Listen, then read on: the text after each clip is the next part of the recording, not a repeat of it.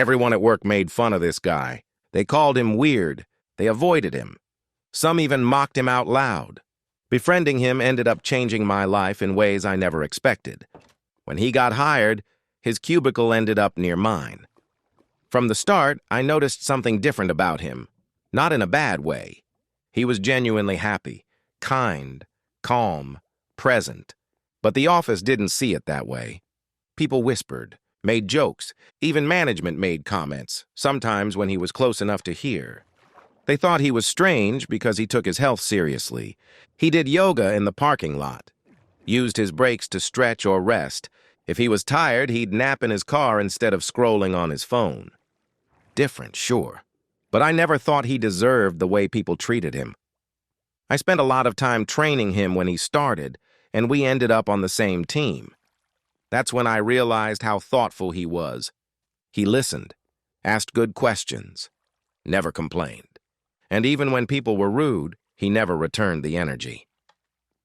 About a week later, I worked up the courage to ask him something personal. I'm overweight, and I'd been wanting to get back into shape for a long time. So I asked him if I could join him during one of his workouts. He didn't hesitate. Turns out he had a bachelor's and a master's degree in exercise science. He taught me how to stretch properly, how to breathe, how to pace myself.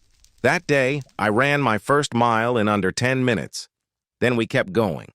I ended up completing a full 5K in segments, something I honestly didn't think I could do. The entire time, he let me set the pace and encouraged me through every step. Later, he told me something that stuck with me. He said that during his freshman year of college, he had been overweight too, and someone once dragged him outside and helped him start exercising.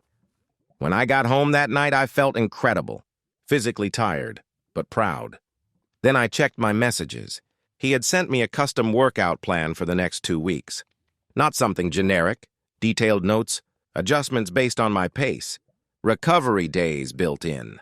He even wrote down goals, short-term, a half marathon, long-term, a full marathon. I teared up. Someone I barely knew had put real effort into helping me, with no expectation of anything in return. We kept training together. Week after week, I felt stronger, more confident, more energized, not just physically, but also mentally.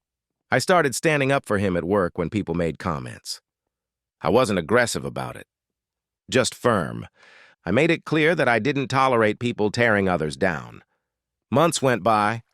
Because of him, I was hiking longer distances, kayaking for hours, doing things I never imagined myself enjoying. I had more energy than I'd had in years. My life felt bigger. Eventually, he told me he was leaving the company. He had accepted a role in California, working with an organization that helps firefighters recover and rebuild their health after intense service. It was hard to see him go.